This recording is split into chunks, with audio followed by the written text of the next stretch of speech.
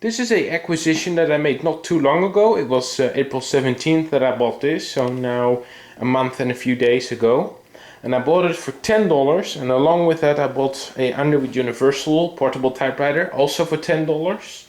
And the owner threw in a free carriage for me as well that could fit on one of these. This is a 1930 Underwood number 5 typewriter. It is one of the very last of this design, and that's why it's rather interesting to have, because it shows a few of the transition phases that this machine went through when it was made. As I said, it's one of the very last, and they started experimenting with different mechanics that could be integrated into the newer style machines, the number 6 for example, or the standard Champion typewriters. I had an Underwood Champion. I don't have it anymore. I sold it quite a bit ago, quite a long time ago. But there is still a video of it on my YouTube channel if you want to have a look at that. And it shows some of the features that this machine also has. For example, the 3-way color selector. Now the previous, or the older Underwood 5s usually had a 2-way color selector here on the face of the machine and a stencil function here where this switch is now. And it also has these newer style paper support clips which are spring loaded, so you can flick them open and flick them closed, which is really interesting because, of course, if you look at a machine or an Underwood number 5 from 1926, which is just 4 years, it doesn't offer those things at all. As you can see, it doesn't have the clips over there on the by the ribbon vibrator, and it doesn't have the newer style color selector. It has the 2-way clickety clack system and a stencil function, which you can see over there. Besides that, there isn't there isn't that much of a difference. The design just, I mean, that's why those 4 years are important.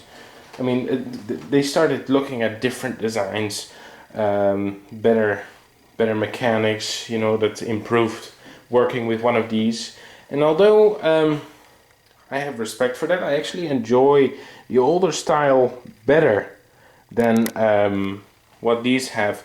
But I have to say, this is a wonderful machine to use, and that those preferences are really overshadowed by the wonderful quality of this machine. As I said, the machine, when I got it, had a bit of rust. I treated it with vinegar, which is just regular cooking white vinegar. You put it in a batch, fill the batch up with the parts with the vinegar, let it sit for 24 hours, and then after that you make another batch, put baking soda on it with water, and neutralize it, and you can just wipe the rust right off, which works really well. As you can see, this is just you know, it's a little bit of the patina that's left, but there is really not a lot of rust left. And all the rust that you can see is killed, so it doesn't develop anymore.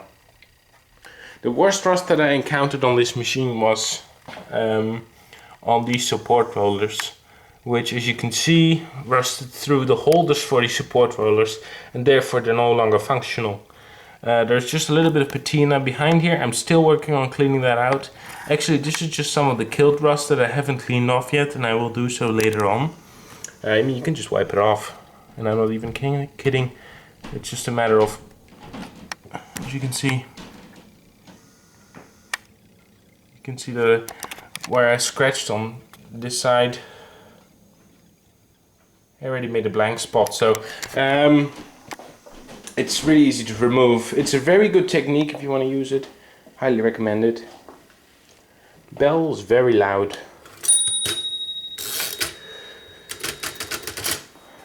I'm not going over the features in detail because I've done so many times. I have 5 of these. So there's one over there. There's 2 over here. This is my 1926 Underwood. That's the 1909 Underwood, and there's a 1911 Underwood over there. So I've other videos that show the functions of these. There isn't really a significant difference except for maybe these. But otherwise it's exactly the same. The tab sets here at the back, as you can see. And the escapement is exactly the same. This is the later style tension drum knob, but that was also included in some of the earlier versions. So that's also included, for example, on my model from 1926 over there. Besides that, I mean, you have to see the ruler is exactly the same. That didn't change at all in that time period. My father made the decal. As you can see, it was rubbed off, and he's an artist, so he grabbed a fine liner and a marker, and he hand drew this decal for me, just with the help of a picture, which worked really well. And I made cork feet, because the original feet were so bad. I removed them, and I cut a few corks up, and I put those under there, and it worked really well. Really keeps the machine in place. It doesn't slide about, if you know what I mean. Alright, this is not a very detailed video, but I just want to give you a general overview of this machine. $10 for a machine like this really is a wonderful deal. I would, you know, if you can get your hands on an Underwood 5 these days, I would highly recommend it, because they're just wonderful machines. I will do a quick typing sample, and then it's the end of the video. I hope you enjoy. Thank you for watching, and have a good day.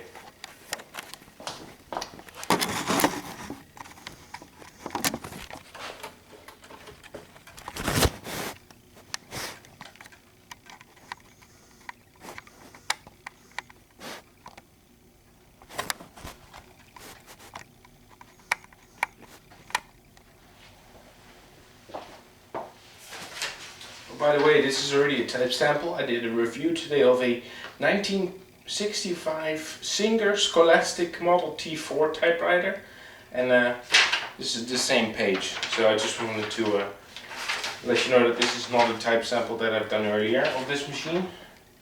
However, I have typed on this machine, and I have to say it is joyous. It's a wonderful machine to use.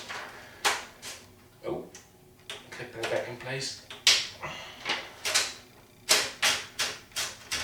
And despite the cracks in the platen, it really grabs paper well. Anyway, I'm gonna keep quiet now and do some typing.